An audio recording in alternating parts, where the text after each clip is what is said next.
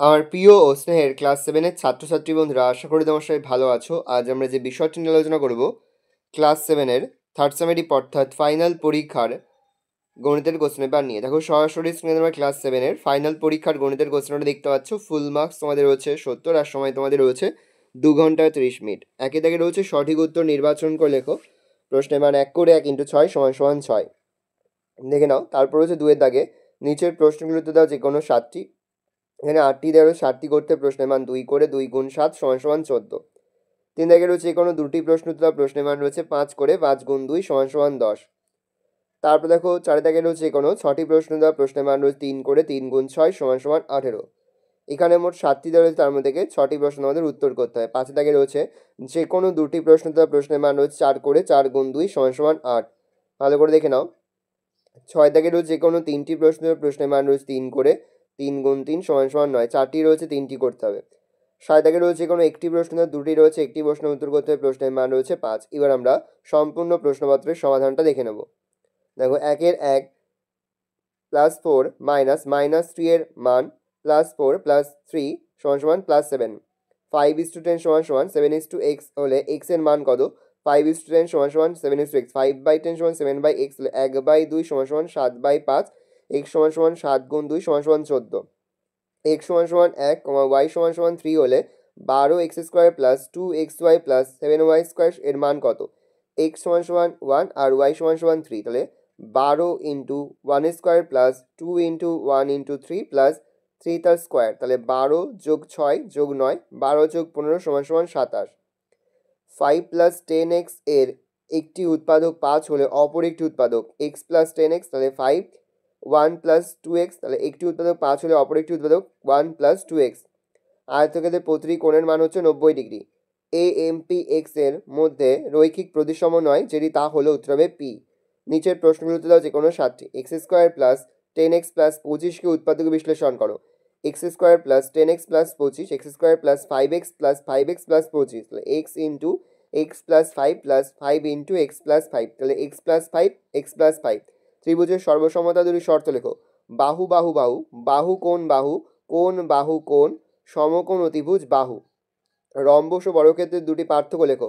রম্বসের প্রতিটি অন্তকোণ এক সমকোণ বা 90 ডিগ্রি নয়, কিন্তু বর্গক্ষেত্রের প্রতিটি অন্তকোণ এক সমকোণ বা 90 ডিগ্রি। রম্বসের কর্ণদ্বয় পরস্পর অসমান, কিন্তু বর্গক্ষেত্রের কর্ণদ্বয় পরস্পর সমান। একটি আয়তকার বাগানের পরিসীমা 300 মিটার, বাগানটির দৈর্ঘ্য প্রস্থের সমষ্টি। আয়তকার বাগানের পরিসীমা 300 মিটার, বাগানের অর্ধ পরিসীমা দৈর্ঘ্য প্লাস প্রস্থ সমান পরিসীমা বাই 2 সমান 300/2, কাটাকুটি যাচ্ছে 150 মিটার। অতএব বাগানটির দৈর্ঘ্য প্রস্থের সমষ্টি 150 মিটার। সমকোণী সমদ্বিবাহু ত্রিভুজের কোণগুলির অনুপাত 90 ডিগ্রি = 45 ডিগ্রি 45 ডিগ্রি, 2:1:1। একটি অষ্টভুজের কর্ণের সংখ্যা নির্ণয় করো। বহুভুজের কর্ণের সংখ্যা হচ্ছে n × n-3/2, তাহলে n = বাহুর সংখ্যা, অষ্টভুজ = 8টি বাহু। অতএব অষ্টভুজের কর্ণের সংখ্যা 8 × 8-3/2, 8 × 5/2, কাটাকুটি যাচ্ছে 4 × 5 = 20টি।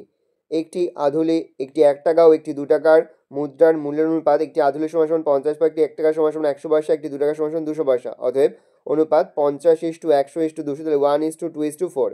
দুটি শরবতের সিরাপ ও জলের অনুপাত 2:5 এবং 6:10। প্রথম শরবতের সিরাপ জল = 2:5, দ্বিতীয় শরবতের সিরাপ ও জল 6:10 = 3:5। যেহেতু দ্বিতীয় শরবতে সিরাপের পরিমাণ বেশি, তাই দ্বিতীয় শরবতটি বেশি মিষ্টি হবে। নেক্সট রয়েছে বর্গাকার জমির ক্ষেত্রফল 4900 বর্গমিটার। প্রতি মিটার 3.5 টাকা খরচ করে ওই জমি চারিদিকে বেড়া দিতে মোট কত টাকা খরচ হবে? বর্গাকার জমির ক্ষেত্রফল 4900 বর্গমিটার। জমির একটি ধারের দৈর্ঘ্য √/, 4900, তাহলে 70 × 70 70 মিটার। জমিটির পরিসীমা 4 × একটি বাহুর দৈর্ঘ্য 4 × 70 = 280 মিটার। 1 মিটার বেড়া দিতে খরচ হয় 3.5 টাকা। 280 মিটার বেড়া দিতে খরচ হয় 3.5 × 280 টাকা = 980 টাকা। অতএব জমি চারিদিকে বেড়া দিতে মোট 980 টাকা খরচ হয়। একটি আয়তক্ষেত্রাকার হলঘরের দৈর্ঘ্য 30 মিটার এবং প্রস্থ 18 মিটার। আয়তক্ষেত্রাকার হলঘরের দৈর্ঘ্য 30 মিটার, প্রস্থ 18 মিটার। অতএব হলঘরের ক্ষেত্রফল 30 × 18 বর্গমিটার = 540 বর্গমিটার। একটি বর্গাকার টালির বাহুর দৈর্ঘ্য 3 ডেসিমিটার = 0.3 মিটার। অতএব একটি বর্গাকার টালির বাহুর ক্ষেত্রফল 0.3 তার হোল স্কোয়ার বর্গমিটার = 0.09 বর্গমিটার। তাই লাগবে 540/0.09 = 540/1 ভাগ 0.09, 540/1 ভাগ 9/100 540/1 গুণ 100/9, তাহলে হচ্ছে 6000টি। পরের প্রশ্ন, কমলবাবু তার অবসর গ্রহণের সময় এককালীন 1,96,150 টাকা পেলেন। তিনি 20,000 টাকা বিদ্যালয় গ্রন্থাগারে দান করলেন এবং বাকি টাকা তিনি তার স্ত্রী, পুত্র, কন্যার মধ্যে 5:4:4 অনুপাতে ভাগ করে দিলেন। হিসাব করে দেখো তিনি কাকে কত টাকা দিলেন। মোট টাকা সমান সমান 1,96,650 টাকা, গ্রন্থাগারে দান করলেন 20,000 টাকা, বাকি টাকা 1,96,150 টাকা সমান সমান বিয়োগ করবো আমরা তার সঙ্গে 20,000 টাকা, তাহলে 1,76,150 টাকা স্ত্রী, পুত্র, কন্যার মধ্যে 5:4:4 অনুপাতে ভাগ করে দিলেন। অতএব স্ত্রীর প্রাপ্ত টাকার আনুপাতিক ভাগ হার 5/5+4+4 সমান সমান 5/13। অতএব স্ত্রী পাবে 1,96,150 গুণ 5/13 সমান সমান 13,550 গুণ 5 সমান সমান 750 টাকা। পুত্রের প্রাপ্ত টাকার আনুপাতিক ভাগ হার 4/5+4+4 সমান সমান 4/13। 1,76,150 গুণ 4/13 কাটাকুটি 13,550, 13,550 গুণ 4 সমান সমান 54,200 টাকা। অতএব কন্যাও পাবে 54,200 টাকা। যে কোনো 6টি প্রশ্ন উত্তরটা দেখে নাও। প্রথম রয়েছে পূর্ণ বর্গাকারে প্রকাশ করে মান নির্ণয় করো। 25a² - 30ab প্লাস 9b² যখন a সমান সমান 3, b সমান সমান 2। দেখে নাও সমাধানটা, আমি আস্তে স্ক্রল ডাউন করছি। উত্তর হবে 81। তাহলে 25a² - 30ab প্লাস 9b², তাহলে 5a তার whole square minus 2 × 5a × 3b plus 3b তার হোল স্কোয়ার, তাহলে 5a - 3b তার হোল স্কোয়ার যখন a সমান সমান 3, b সমান সমান 2, তাহলে 5a - 3b তার হোল স্কোয়ার। সেকেন্ড মানে 5 গুণ 3 সমান সমান 3 গুণ 2 তার হোল স্কোয়ার, তাহলে 15 - 6 তার হোল স্কোয়ার সমান সমান 9 তার স্কোয়ার, 9 স্কোয়ার করলে হচ্ছে 81। হচ্ছে x/y সমান সমান y/x প্লাস 3/2 হলে x² y² plus y² x² মান নির্ণয় করো।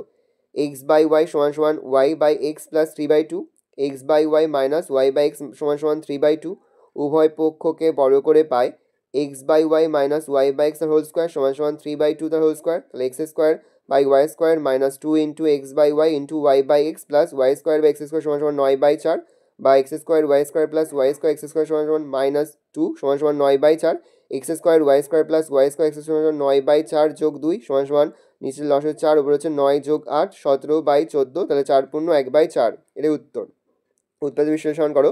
a⁴ plus a² b² plus b⁴, তাহলে a স্কোয়ার তার whole square plus 2a² b² plus b² তার whole square minus a² b², তাহলে লিখতে পারি a² প্লাস b² তার হোল স্কোয়ার মাইনাস ab তার হোল স্কোয়ার, তাহলে লিখতে পারি আমরা a² plus ab plus b² a² minus ab plus b²। সমাধান করো। পরে হচ্ছে দেখো 1/2 x plus 1 plus 1/3 x plus 2 plus 1/4 x plus 3 সমান সমান 16। দেখে নাও সমাধানটা, আমি এর মুখে বলছি না, আস্তে স্ক্রল ডাউন করে সমাধানটা দেখে নাও। যদি অঙ্কটা করতে বা বুঝতে কোনো রকম অসুবিধা হয় তাহলে কিন্তু নির্দ্বিধায় কমেন্ট করে জানাতে একদমই ভুলবে না। পরে হচ্ছে সরল করো। দেখে নাও অ্যান্সার রয়েছে 0। এটি কিন্তু ভেরি ভেরি ইম্পর্টেন্ট, খুব ভালো করে তোমরা সরলটা প্র্যাকটিস করবে। তারপর হচ্ছে মান নির্ণয় করো। দেখে নাও সমাধানটা। তারপর হচ্ছে তোমাদের সূত্রের সাহায্যে গুণ করো। এটিও কিন্তু ভেরি ভেরি ইম্পর্টেন্ট। যে কোনো একটা সূত্রের সাহায্যে গুণ কিন্তু তোমাদের পরীক্ষায় থাকবে, সেহেতু যেগুলো আমরা সাজেশনে বারবার বলছি সেগুলো কিন্তু ভালো করে তোমরা করে যাবে। 5-1 রয়েছে XYZ একটি ত্রিভুজ অঙ্কন করো যার YZ সমান সমান 6.5 সেমি ও কোণ XYZ সমান সমান 60 ডিগ্রি, কোণ XZY সমান সমান 70 ডিগ্রি। দেখে নাও XYZ একটি ত্রিভুজ আঁকলাম যার YZ সমান সমান 6.5 সেমি, XYZ সমান সমান 60 ডিগ্রি এবং কোণ XYZ সমান সমান 70 ডিগ্রি। তারপর হচ্ছে একটি রম্বস HOME অঙ্কন করো যার কোণ HOME সমান 60 ডিগ্রি এবং HO সমান সমান 6 সেমি। দেখে নাও প্রথমে OX রশ্মি থেকে 6 সেমি দৈর্ঘ্যের সমান করে OM কেটে নিলাম। ও বিন্দুতে পেন্সিল কম্পাস ও স্কেলের সাথে 60 ডিগ্রি একটি কোণ এঁকে Y বিন্দু পর্যন্ত বর্ধিত করলাম। OY রশ্মি থেকে 6 সেমি দৈর্ঘ্যের সমান করে OH কেটে নিলাম। দেখে নাও OH কেটে নিলাম।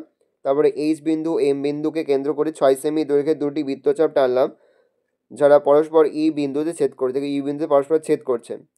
প্রদত্ত HOME হলো উদ্দিষ্ট রম্বস যার HO সমান সমান OM সমান সমান EM সমান সমান HE সমান সমান 6 সেমি এবং কোণ HOME সমান সমান 60 ডিগ্রি। পরে হচ্ছে ABCD একটি চতুর্ভুজ অঙ্কন করো যার এবি সমান সমান 4.2 সেমি, বিসি সমান সমান 5.5 সেমি, সিডি সমান সমান 6 সেমি, কোণ এ বি সি সমান সমান 110 ডিগ্রি এবং কোণ বি সি ডি সমান সমান 70 ডিগ্রি। ভালো করে দেখে নাও সমাধানটা।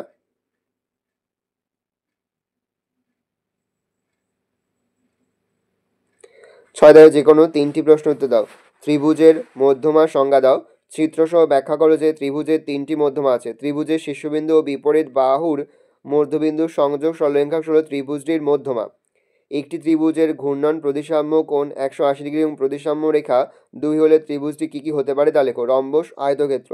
প্রদত্ত চিত্র থেকে বিপরীত এবং অনুরূপ কোণগুলির নাম লেখো। দেখে নাও। তারপর হচ্ছে চিত্রসহ সংজ্ঞা দাও। সমদ্বিবাহু ট্র্যাপিজিয়াম, যে ট্র্যাপিজিয়ামের তির্যক অসমান্তরাল বাহু দুটি পরস্পর সমান তাকে সমদ্বিবাহু ট্র্যাপিজিয়াম বলে।